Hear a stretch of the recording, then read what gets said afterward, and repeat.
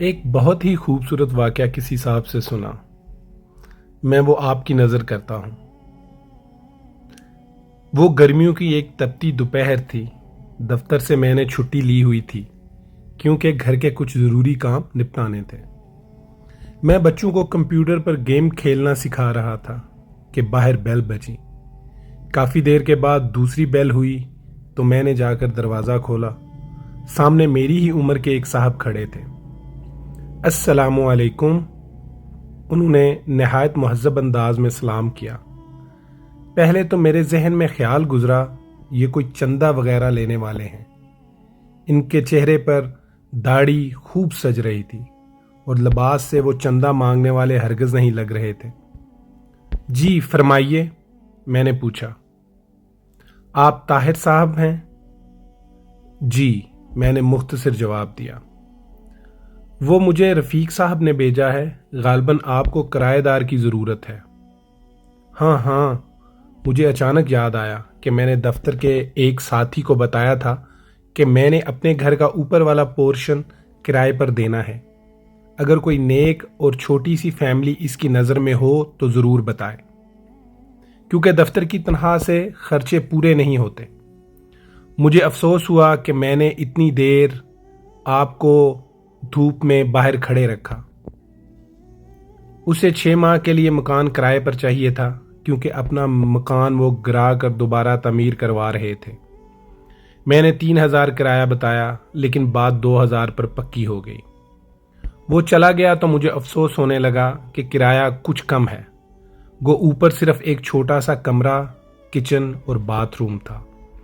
مجھے اپنی بیوی کا دھڑکا لگا ہوا تھا کہ اسے معلوم ہوگا تو کتنا جھگڑا ہوگا، اور وہی ہوا۔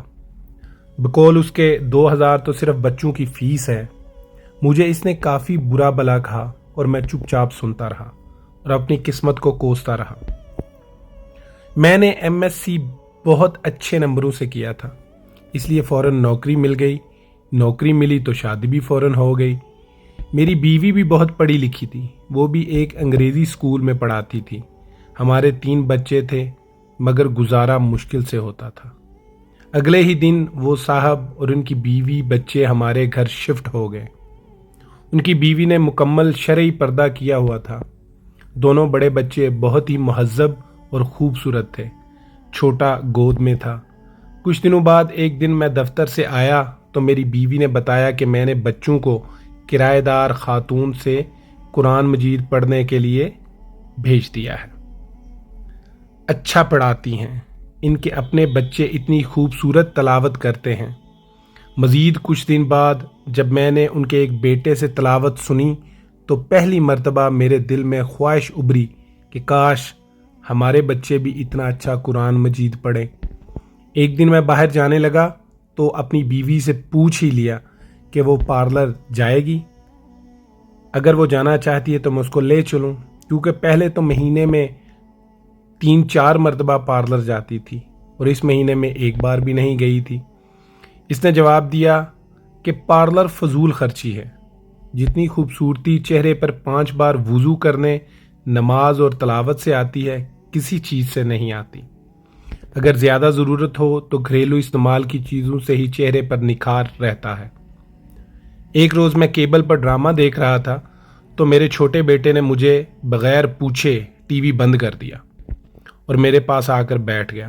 بابا، یہ بیکار مشغلہ ہے، میں آپ کو اپنے نبی اکرم صلی اللہ علیہ وآلہ وسلم کا ایک واقعہ سناتا ہوں۔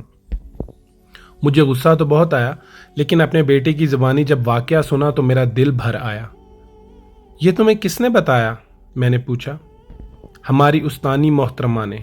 وہ قرآن مجید پڑھانے کے بعد آپ صلی اللہ علیہ وآلہ وسلم اور صحابہ کرام کے متعلق بتاتی ہیں۔ اپنے گھر کی اور بیوی بچوں کی تیزی سے بدلتی حالت دیکھ کر میں حیران ہو رہا تھا کہ ایک روز بیوی نے کہا کہ کیبل کٹوا دیں، کوئی نہیں دیکھتا اور ویسے بھی فضول خرچی اور اوپر سے گناہ ہے۔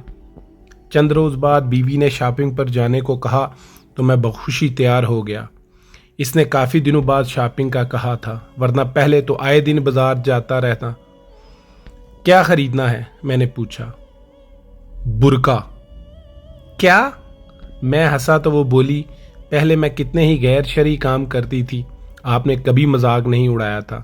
اب اچھا کام کرنا چاہتی ہوں تو آپ کو مذاق سوجھ رہا ہے۔ میں کچھ نہیں بولا۔ پھر چند دن بعد اس نے مجھے کافی سارے پیسے دیے اور کہا فریج کی باقی قیمت ادا کر دیں تاکہ مزید قسطیں نہ دینی پڑیں۔ اتنے روپوں کی بچت کیسے ہو گئی؟ بس ہو گئی، وہ مسکرائی۔ جب انسان اللہ کے بتائے ہوئے احکام پر چلنے لگے تو برکت خود بخود ہو جاتی ہے۔ یہ بھی وہ کرایہ دار خاتون نے بتایا ہے۔ سکون میرے اندر تک پھیل گیا۔ میری بیوی اب نہ مجھ سے کبھی لڑی نہ شکایت کی، بچوں کو وہ گھر میں پڑھا دیتی ہے، خود بچوں کے ساتھ قرآن مجید تجوید سے پڑھنا سیکھ رہی ہے۔ وہ خود نماز پڑھنے لگی تھی اور بچوں کو سختی سے نماز پڑھنے بھیجتی۔ مجھے احساس ہونے لگا کہ نجات کا راستہ یہی تو ہے۔ پیسہ اور آرائش سکون نہیں دیتا، اطمینان تو بس اللہ کی یاد میں ہے۔ مجھے اس دن 2000 کرایہ تھوڑا لگ رہا تھا۔ آج سوچتا ہوں تو لگتا ہے کہ وہ تو اتنا زیادہ تھا کہ آج میرا گھر سکون سے بھر گیا ہے۔